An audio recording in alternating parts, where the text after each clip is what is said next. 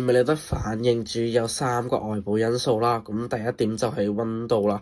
咁其實溫度佢有分3個等級嘅。咁第一個就係室內自然熟成啦。呢個時間係非常之耐嘅。咁最早都要1個月㗎啦。咁喺圖片中呢張米利得有米利得反應嘅牛扒啦，佢係自然咗10年先會有呢個效果。咁第二個就係140度至180度啦。咁呢個時候米利得反應嘅效率係會最高嘅。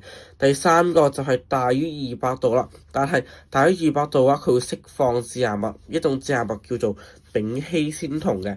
咁如果你太生嘅話咧，溫度太低太生嘅話咧，佢就會啲味唔好啦。如果溫度太高嘅話，佢就唔會有米利得反應，有嘅，不過會釋放一種致癌物同埋啲水，即係啲汁水都冇咁多。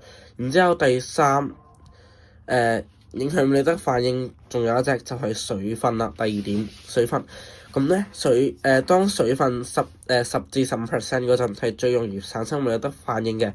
咁當我哋喺度煎牛排嗰陣咧，我哋可以先用紙巾包住佢，令佢令佢吸乾水分啦，將嗰個水分達到10至15% 咁樣嘅話，整出嚟啲咁樣之後跑米利得反應會比較容易產生咯，係咯。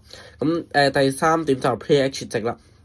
咁咧pH 值如果係鹼性嘅話咧，米利得反應就會咁偏鹼性嘅話就更容易如果鹼性越高，米利得反應嘅效率就會越大。所以我哋喺鹼性嘅環境下去煎牛扒嘅話，咁樣米利得反應係會最高嘅。咁最尾啦，影響米利得反應效率嘅都係呢3種，第一個 pH 值，第二個水分，第三個溫度啦。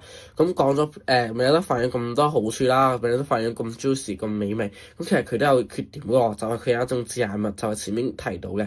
咁咧點樣避免呢隻咧？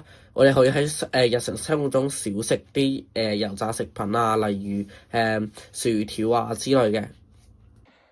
我啱啱講咗好多有關於米利得反應嘅好處啦，但其實咧米利得反應仲有好多壞處嘅。唔知大家仲記唔記得之前關於 Starbucks 嘅致癌風波啦？其實都同米利得反應有關。佢最終嘅產物咧就係啱啱講到嘅丙烯氨酸呢種物質啦。佢入邊係有一種二 A 類嘅致癌物。咁咩係二 A 類嘅致癌物咧？就係喺動物實驗中有充分嘅致癌性質，存在一定嘅風險。每日最大嘅攝入量咧，就係每公斤體重嘅2.6微克，超過呢個攝入範圍咧，先會有風險嘅。如果大家擔心有致癌物質咧，就應該喺飲食中減少澱粉嘅油炸食品。咁如果正常咧係冇事嘅。